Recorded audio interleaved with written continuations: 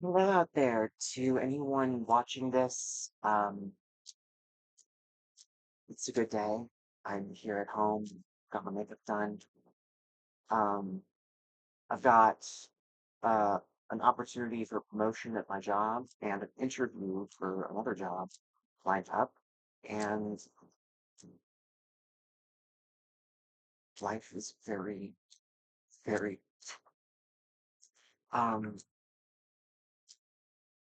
I was thinking, considering the amount of time I spend watching YouTube videos, it might be interesting if I were to create some of them and well, I guess part of the issue is there's so many topics of minor interest to me. I'm not sure what to focus on, what to make the channel about, if anything.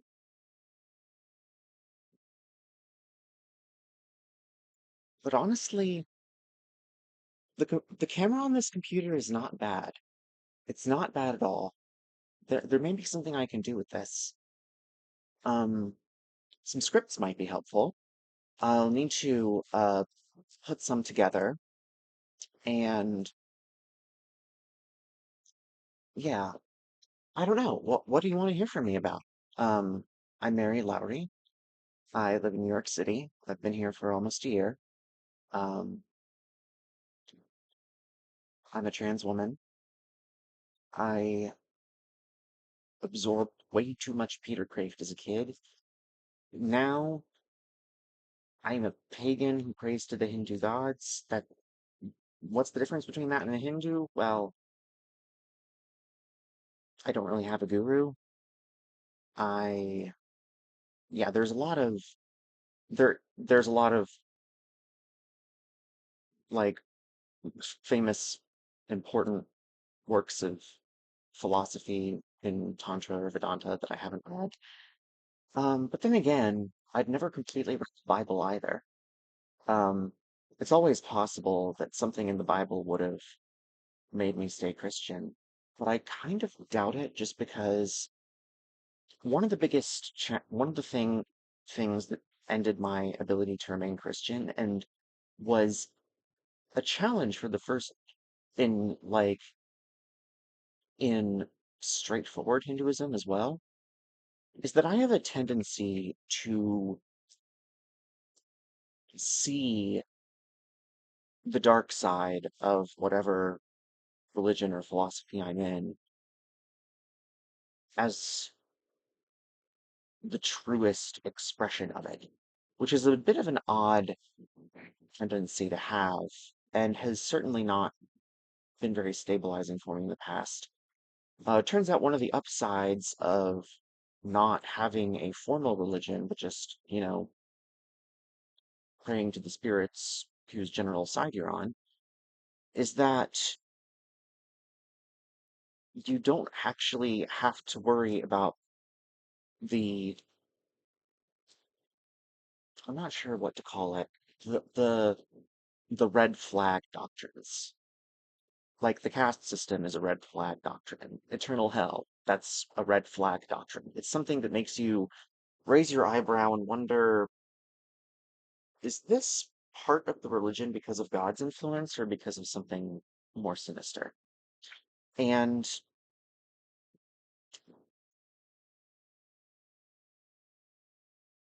that's my own approach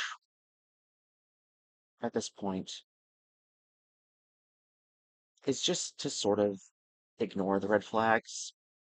I used to hold the cafeteria approach to spirituality in a lot of contempt, but it's actually quite rational when you consider the amount and the intensity of the red flags in all of the world's different ideologies and faiths. Um, so that's an initial thought. I'm not sure if I'm going to share this. It's a little bit of a spicy take, but spicy takes might be good. It's an accurate way of depicting where I am now. And the good news is, and this is something that is kind of a secret, you don't need to be part of a religion to believe the religion's green flags. What I mean by that is whenever there's something in a tradition that stands out, that like hits you in the soul or the imagination or whatever, and becomes a vessel of grace or a source of grace, that aspect of that religion might is true. And I think that's a so you can be cafeteria religious or spiritual and still retain a bunch of the motifs and metaphors and doctrines sometimes that were so helpful in the other paths you tried.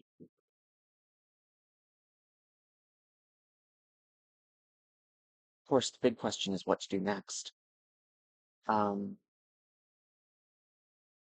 Hinduism has a cool way of breaking down the the responsibilities of life. There's dharma, which is your moral responsibility. Artha, the practical matter of supporting yourself and your family.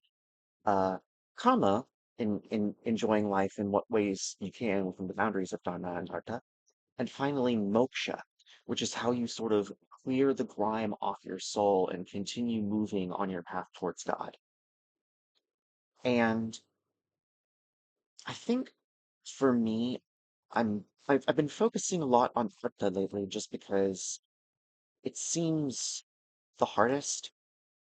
Like responsibly supporting myself has been a challenge for me in the past. Um, I think it's kind of hard. And when you look at the interconnectedness of all people and the fact that that I'm paying rent, the person I'm paying rent to has to pay rent, and so on and so forth, doing your arta can, in a sense, be your dharma. Like your moral duty and your economic interest can sometimes overlap. Now,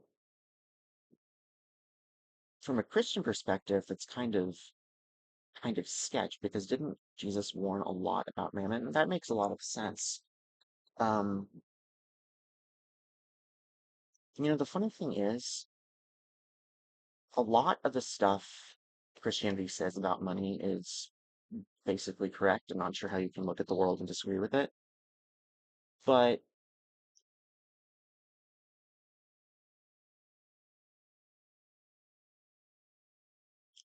like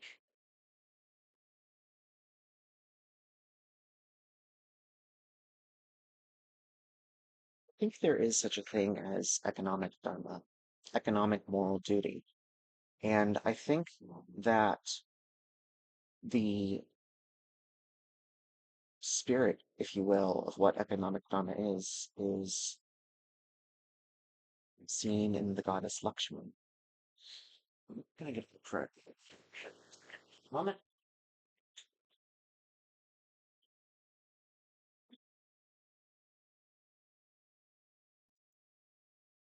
So Lakshmi is the consort of Lord Vishnu, who's the preserver of the universe. And in the Shakti tradition, she's the one who's actively doing the work of sustaining the universe bit by bit by bit by bit by bit.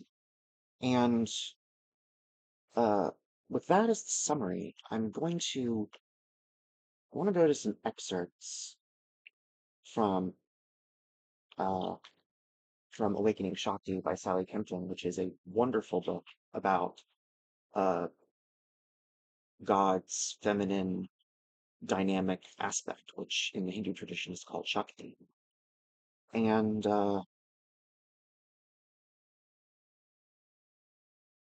here's a quote from she, Sally Kempton starts her book with a few quotes, and one of them is from Sri Aurobindo, who's he was kind of like the Taylor de Chardin of Hinduism.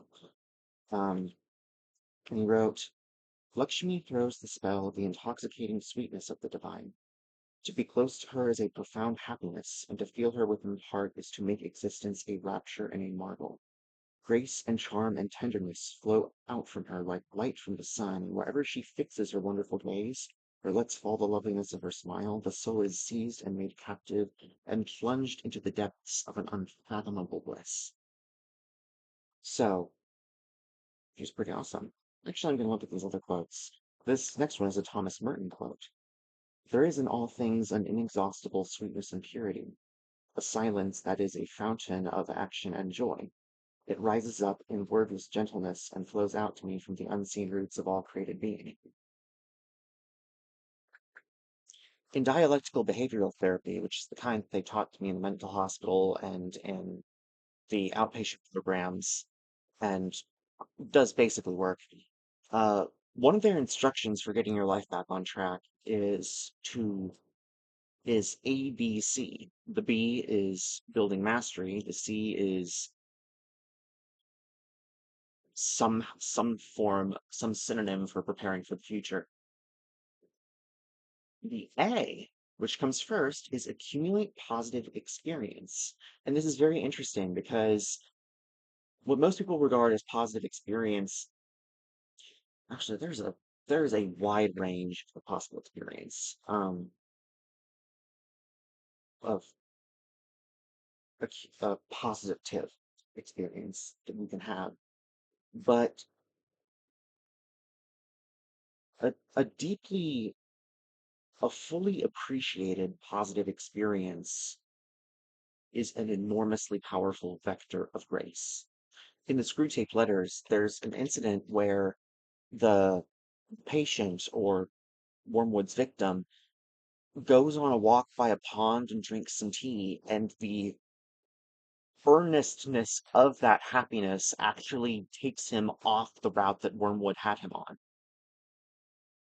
This- So the source for the search for the innate divine beauty of all things in the appreciation of what beauty and positivity is present in our lives is itself an an amazingly powerful agent of God, an enormously powerful expression of divine energy and divine grace. And that is that spirit is who I pray to when I pray to Lakshmi.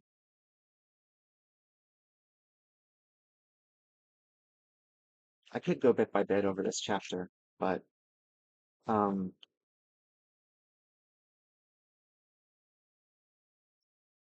I don't know. It would be it's gotta I think I've got a good enough thing here.